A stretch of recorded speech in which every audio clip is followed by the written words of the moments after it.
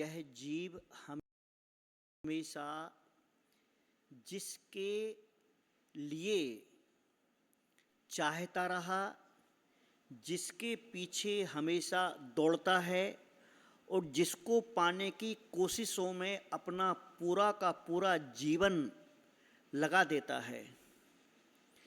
एक बार नहीं, कई बार नहीं, अनेकों बार नहीं, बार बार नहीं, हर पर्याय में, हर गति में, हर जगह है। उसका नाम है पंचेंद्रिय विषयों के भोग। यह जब निगोद में रहा और बड़ी मुश्किल से, बड़े ही कठिनता से और किसी योग संयोग से जब यह एकेंद्रिय आदि की, वृक्ष आदि की पर्याय में आता है, वनस्पति आदि में आता है, इसका भोग उस समय से शुरू होता। आपने देखा होगा एक छुई मुई का पेड़ होता है, छोटा सा पौधा होता है, उसको जब हाथ लगाते तो वो सिकुड़ जाता है। या कई पेड़ पौधे ऐसे होते हैं जिनके पास में अच्छा संगीत बजाया जाए या अच्छे से पानी डाला जाए या कोई ऐसे प्रयोग किए जाए तो उनकी फसल अलग होती है।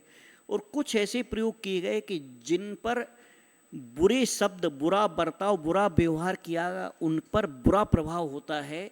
यह उसमें जीव की उपस्थिति दर्ज कराता है। इसी प्रकार से पानी के अनेक प्रयोग हैं, इसी प्रकार से और भी अन्य प्रयोग हैं।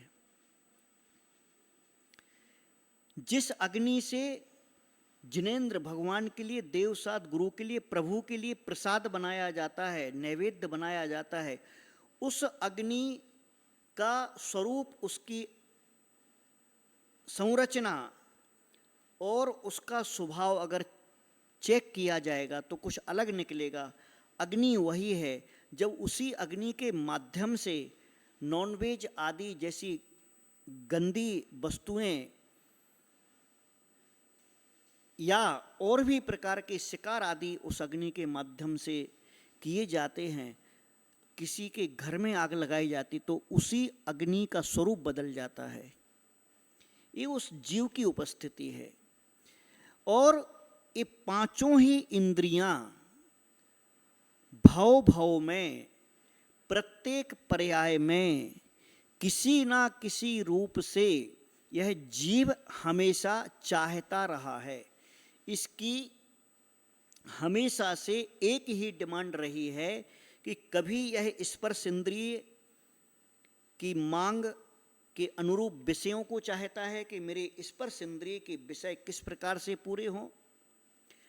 कभी इसकी जो रसना इंद्रिय है, अनेक प्रकार के स्वाद को चाहने वाला यह जीव कभी इसके चक्कर में फंसा रहता है, कभी यह घ्राण इंद्रिय के चक्कर में फंसा रहता है, कभी यह नेत्र इंद्रिय के भोगों में लिप्त रहता है और कभी कर्ण इंद्रिय के विषयों में लिप्त रहता है। अनादि काल से अगर इस जीव ने हमेशा दौड़ लगाई है किसी के पीछे तो उसका नाम है भोग। और यह जीव तुच्छ से तुच्छ पर्याय में हो तो भी वह वहां भोगों के बिना रह नहीं पाता है, भोगों के लिए अपनी जान तक दे देता है। कौआ सबसे निकृष्ट पक्षी माना जाता है। सुअर पशुओं में सबसे निकृष्ट माना जाता सुअर। वह सुअर, देखिए भोगों की कितनी विकराल लालसा है कि वह जो सुअर होता है वह सिर्फ उसकी क्या है, जिह्वा इंद्रिय। उसके लालच, उसका लालच भी कौन सा है, तो वह खाता क्या है, नालियों में बहने वाला मल और उसके पानी को पी के वो मोटा हो जाता है। उसकी लालसा और कहीं नहीं रहती, वो उसी को चाहता है। परंतु जब से जन्म लेता है और मरने तक वो उस भोग के पीछे, वो उस भोग को दुनिया की सबसे बड़ी उपलब्धि समझता है। वो उसके लिए भोग सब कुछ है, जिसे आपने गंदा समझा है। जो कीड़े हैं, कुछ चींटियां हैं, कुछ मकोड़े हैं, कुछ ऐसे छोटे छोटे, इसमें रक्त में, खून में, घाव में जो पीप बन जाता है, उसमें कीड़े बिलबिलाते हैं, कीड़े हो जाते हैं। विचार करो, वो जीव है, वो किस चीज में मस्त हो रहा है? जिस पीप का नाम लेने से घिन आती है, वो कीड़ा उसमें बिलबिला करके उससे दूर नहीं होना चाहता। आप उसे दूर करना चाहोगे, दूर नहीं होना चाहता, वो उसी में बिलबिलाना चाहता है। ये भोगों की लालसा आज की नहीं है, या केवल इंसान के लिए नहीं है। इंसान का नंबर तो बहुत बाद में आता है। यहां तो मैं सूक्ष्म जीवों की बात कर रहा हूं, छोटे जीवों की बात कर रहा हूं। मक्खी को देखिए आप, मक्खी जो होती है, मक्खी सारी सुंदरता, अच्छी चमड़ी, अच्छे चेहरे को छोड़ देती है। जहां पर घाव लगा हो, कट लगा हो, खून बह रहा हो, वहां पर जाकर के बैठती है। वो उसके प्रिय विषय है, उसका प्रिय भोग है। मिठाई से ज्यादा मक्खी गंदगी पर जाकर के बैठती है, उसका वो प्रिय लगता उसे। हम सब जानते हैं कि मक्खी का एक उदाहरण दिया है लालच में, कि वह मक्खी उस भोग के कारण वो गुड़ पर बैठ जाती, उस पर चिपक जाती है और उसमें चिपक के मर जाती है। ये छोटे छोटे जीवों की बात है। वह भी भोग से मुक्त नहीं होना चाहता, छोड़ना नहीं चाहता। आपने गोबर देखा होगा, उस गोबर के अंदर एक राउंडेड कीड़ा होता है जिसे गुबरीला कहते हैं। आप प्रैक्टिकल करके देखना कभी कि उस गोबर के कीड़े को आप बाहर निकालना। आप क्या चाहते कि बेचारा गोबर में दब करके ना मर जाए, परंतु वह कीड़ा वापस गोबर में ही जाकर के घूम फिर के वहां पहुंचता है। कारण उसकी जो संज्ञाएं हैं, उसके जो भोगों का संस्कार है, उसे वापस वहां पर भेजता है। एक राजा की कथा है। एक राजा था, वह राजा जंगल में जाता है और जंगल के अंदर एक साधु का सानिध्य पाता है, और वहां पर उसे वह कहते हैं कि तेरी मृत्यु 7 दिनों में होने वाली है। वह राजा कहता है, ऐसा कैसे आपने बता दिया, इसका क्या प्रमाण है? वह कुछ सिंबल बताते हैं गुरु कि तुम जब यहां से जाओगे तो 2 काले कुत्ते झपटेंगे और तुम्हारी जो मृत्यु होगी वो वज्र के आघात से होगी। और इससे भी ज्यादा जो भयानक बात है वो ये है कि तुम मरने के बाद में अपनी ही विष्ठागृह में, शौचालय में कीड़े बन जाओगे। कौन? राजा।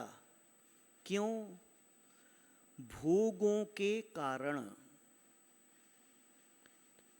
छोटे जीवों की तो छोड़ो, या सामान्य मनुष्यों की छोड़ो, राजा का क्या हाल हो सकता है? तो वो अपने बच्चे को बोलता है, राजकुमार को बोलता है कि तेरे लिए मैं राज्य सौंप देता हूं, और तू एक काम करना कि अगर वो लाल कलर का कीड़ा तू वहां देखे तो उसे मार डालना, तो मैं उससे मुक्त हो जाऊंगा। बेटा जाता है और देखता है, यार हाँ यार, जैसा जैसा कहा था, अभी तक तो वैसे ही मरण हुआ, वैसे ही सब सत्य हो गया।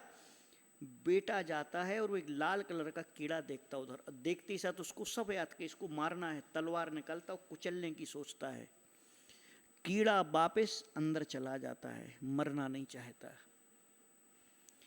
इतनी बुरी दशा होती है इस जीव की भोगों के कारण। यह जीव, ये 2 इंद्रिय, 3 इंद्रिय, 4 इंद्रिय, पंचेंद्रिय जीवों के आप भोगों के बारे में देखिए। आप चूहे कहीं बच्चे देते हैं, उनको देखिए वो कैसे उसका संरक्षण करते, कैसे उनके आसपास घूमते, या नहीं मिलने पर कैसे व्याकुल होते हैं। आप विचार कीजिए, आप तो मनुष्य हैं, चूहों के लिए किसने ट्रेनिंग दी थी भोगों को भोगने की? कबूतरों को, चिड़ियों को, पशु पक्षियों के लिए कौन से ट्रेनिंग स्कूल हैं? नहीं है। ये अपने आप हमारे जो जीव के संस्कार हैं, उन संस्कारों के कारण यह परंपरा उनकी चली आ रही है निरंतर, और उसके कारण, वे भोगों के कारण ही जीव दुखी होते हैं। उनके दुख का कारण ही भोग हैं। त्रिंच गति में जो बड़े जीव हो जाते हैं, छोटे जीवों का शिकार करते हैं, चाहे वो जलचर हों, चाहे थलचर हों, चाहे नभचर हों, एक दूसरे की घात लगा करके बैठते हैं। ये भोगों के संस्कारों की तीव्र लालसा, ये भोगों के संस्कार कहलाते हैं। नरक गति में रहने वाला नारकी वहां कष्ट पा रहा है, परंतु उसके दुखों में रहते हुए भी वह चाहता तो बहुत कुछ है, पा नहीं पाता। वहां की व्यवस्थाएं ऐसी हैं, परंतु ऐसा नहीं है कि उसके भोगों की लालसा मिट गई। क्यों? नरक से आने के बाद वापस पाप क्यों करता है? अगर भोग नरक में जाकर के खत्म हो गए होते भोगों के संस्कार, तो वापस आकर के वही जीव वापस भोगों को भोगता है और वापस नरक जाता है। इसका कारण यह है, वह भोगों से दूर नहीं हुआ है। मनुष्य गति में छोटे से छोटा जीव, तुच्छ से तुच्छ, जिसके पास में धन नहीं है, जिसके पास में खाने को नहीं है, आप उस व्यक्ति को भी जाकर के पूछिए कि उसकी लालसाएं कितनी हैं, उसके भोगों की इच्छाएं कितनी हैं, वह कितना चाहता है। वह मिठाई भी चाहता है, वह अच्छे कपड़े भी चाहता है, वह गाड़ी भी चाहता है, वह अच्छी पत्नी भी चाहता है, बच्चे भी चाहता है, वह जो भी देख रहा सब चाहता है। इसे कहते हैं भोग, भोगों की लालसा। यह खत्म नहीं होती। आप देवगति में जाइए, वहां पर इतने भोग हैं जिसके बारे में हम सोच नहीं सकते, जिसके बारे में हम कल्पना नहीं कर सकते। इस प्रकार के भोग हैं, परंतु फिर भी वह देव उन भोगों को लाखों साल, करोड़ों साल, कई कई करोड़ों साल तक भोगने के बाद भी तृप्त नहीं होता। आप किसी देवता से पूछिए, क्या आपको अभी भोग नहीं चाहिए? वो बोलेगा थोड़े से और चाहिए। ये भोगों की महिमा है। इन पंचेंद्रियों के भोगों से कभी भी कोई भी जीव तृप्त नहीं होता है। इसलिए ध्यान रखें कि आपको इस सच को स्वीकार करना होगा, आपको इस सत्य को मानना होगा और जानना होगा कि यह भोग हमारे लिए, हमारे जीवन के लिए जो हमारी आवश्यकताएं हैं, उन आवश्यकताओं के रहते हुए वहां तक तो एक लिमिट तक, एक सीमा तक जो आपकी जीवन की आवश्यकताएं हैं, वहां तक तो जरूरी हो जाता है। वो आवश्यकताओं के बाद में जो अनावश्यकताओं के साथ में भोग भोगे जाते हैं, वो जीवन के लिए घातक होते हैं।